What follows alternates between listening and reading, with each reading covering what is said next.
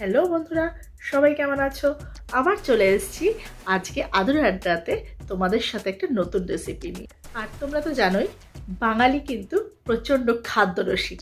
আর তো বাঙালির পাতে যদি নিত্য নতুন পদ পড়ে তাহলে তার কোনো কথাই নেই। এজন্য আজকে আমি সেরকম একটা নতুন রেসিপি নিয়ে তোমাদের সাথে হাজির হয়েছি, আর সেটা হচ্ছে ডাব চিংড়ি। তো চলো আজকে ডাব চিংড়ি আমি কি করে করছি সেটা তোমাদের দেখিয়ে দিই। আমার চ্যানেলে যদি তোমরা নতুন হয়ে থাকো তাহলে আমার চ্যানেলটা সাবস্ক্রাইব করে দিও, অনেক অনেক বেশি করে শেয়ার করো, লাইক করো, আর আজকের ভিডিওটা কেমন লাগলো সেটা কিন্তু অবশ্যই কমেন্টস বক্সে জানিও। তো চলো শুরু করা যাক আজকের ডাব চিংড়ি। তো ডাব চিংড়ি করতে আমার সবার প্রথম যেটা লাগছে একটা ডাব, এবং সেটা কিন্তু হালকা মালাই সমেত। দেখো তোমরা, হালকা মালাই সমেত কিন্তু আমি একটা ডাব নিয়েছি। আর লাগছে চিংড়ি মাছ। চিংড়ি মাছটা আমি ভালো করে বেছে নিয়েছি, আর এখানে কিন্তু প্রায় 300 গ্রামের মতন খোসা ছাড়ানো চিংড়ি আছে। আর লাগছে নারকেল দুধ, সর্ষের পেস্ট, আর এখানে রয়েছে ফ্যাটানো টক দই 2 চামচের মতো, আর এখানে রয়েছে ডাবের জল, আর লাগবে হচ্ছে হলুদ, কাশ্মীরি মির্চ একটু রঙের জন্য আমি ব্যবহার করব, তোমরা চাইলে কিন্তু নাও করতে পারো। আর লাগছে এখানে 3টে কাঁচা লঙ্কা, চিনি আর নুন স্বাদ মতো। তো চলো আজকে রেসিপিটা আমি কি করে করছি সেটা তোমাদের একটু দেখিয়ে দিই। আমি চিংড়ি মাছের মধ্যে সামান্য হলুদ,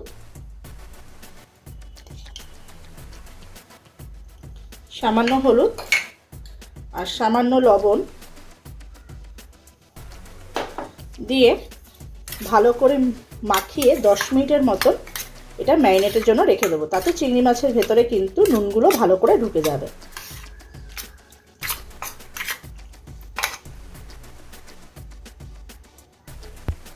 তারপর আমরা এই যে মালাই একটা ডাব নিয়েছি, এই ডাবের মালাইটা হালকা করে আমরা তুলে একটা পাত্রে রেখে দেবো।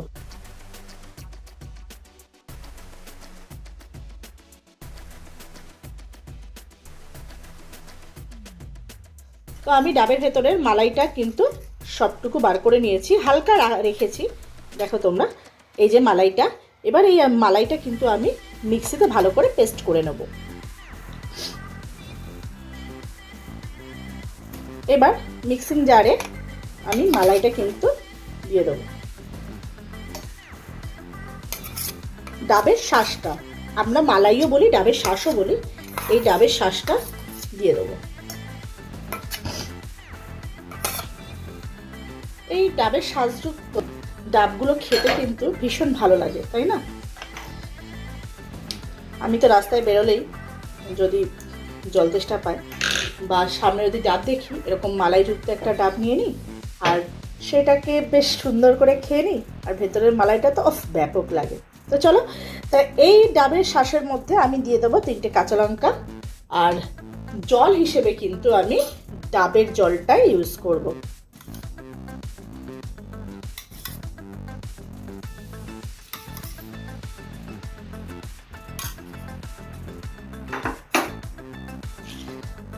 তো এবার এটা আমি ভালো করে পেস্ট করে নেব। তো আমাদের পেস্ট হয়ে গেছে, দেখে নাও।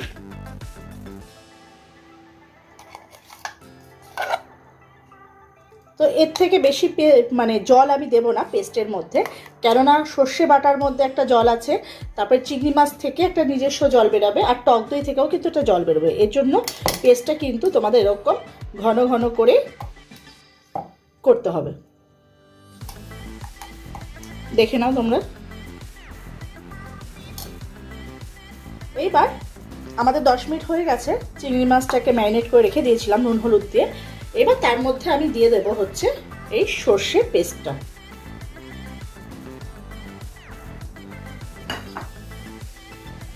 আর দিয়ে দেবো নারকেলের দুধ,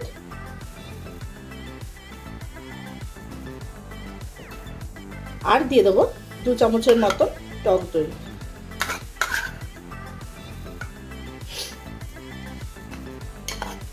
তারপর দিয়ে দেবো আবার একটু হলুদ, আর ভালো রং আসার জন্য আমি দেব হচ্ছে কাশ্মীরি মির্চ।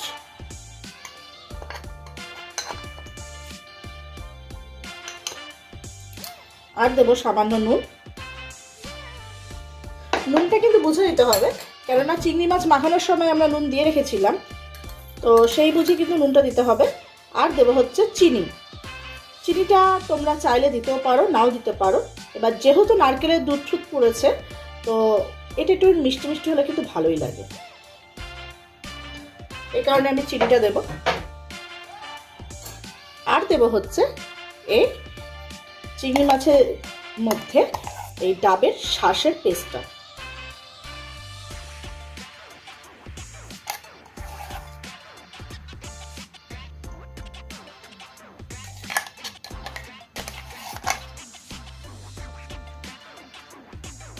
আর দিয়ে দেবো এর মধ্যে 2 চামচের মতো সর্ষের তেল।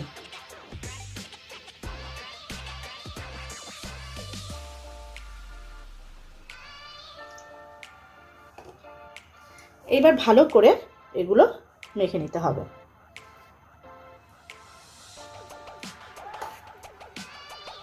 তো আমাদের চিংড়ি মাছের মধ্যে সব উপকরণগুলো মাখা হয়ে গেছে। এবার এটা আমি ডাবের মধ্যে নিয়ে নেব।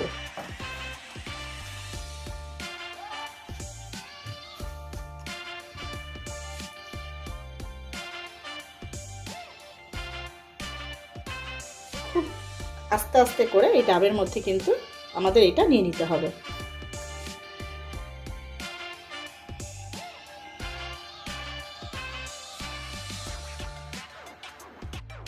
তো দেখো তোমরা, আমি কিন্তু ডাবের মধ্যে পুরো উপকরণটা চিংড়ি মাছ সহ এর মধ্যে নিয়ে নিয়েছি।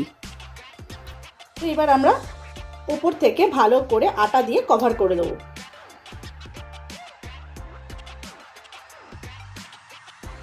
আমি কিন্তু খুব ভালো করে ওপরটা কভার করে দিয়েছি।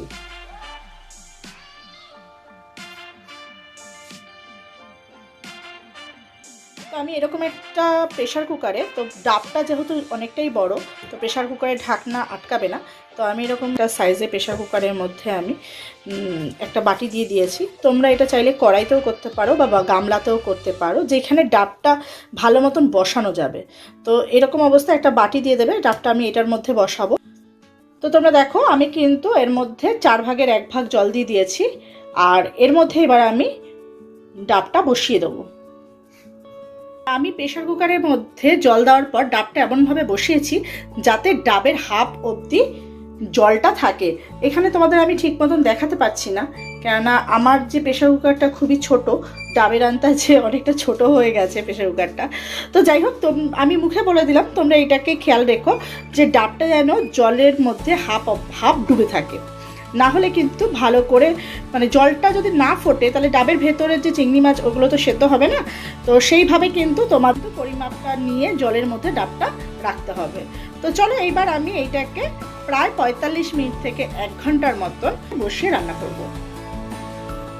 তো এবার আমি এই প্রেশার কুকারটা ডাব সমেত এটা আমি ওভেনে বসিয়ে দিয়েছি, আর এইটা কিন্তু 45 মিনিট থেকে 1 ঘন্টার মতো হতে সময় লাগবে। তো চলো ওভেনটা আমি জ্বালিয়ে দিই। তো আঁচটা কিন্তু আমি মাঝারিতে রাখবো।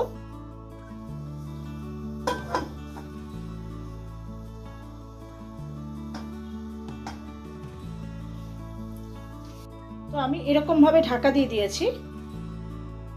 তো আমার কিন্তু প্রায় 1 ঘন্টা হয়ে গেছে। তো চলো দেখে নেওয়া যাক যে ডাব চিংড়ি আমাদের কত দূর।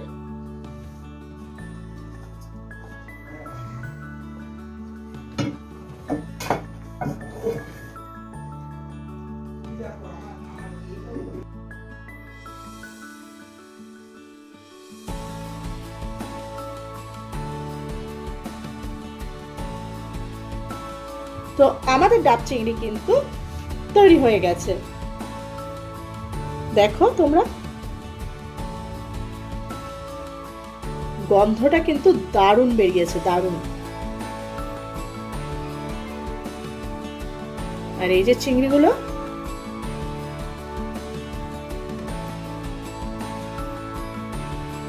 একদম পারফেক্ট ভাবে কিন্তু রান্নাটা কমপ্লিট হয়ে গেছে।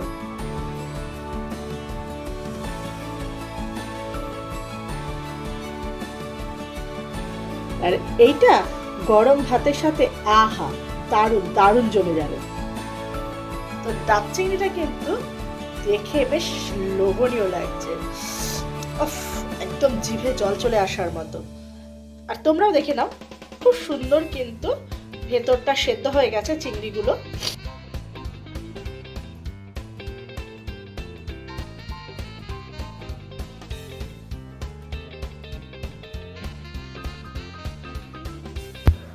তো বন্ধুরা, আজকে ভিডিওটা এখানেই শেষ করছি।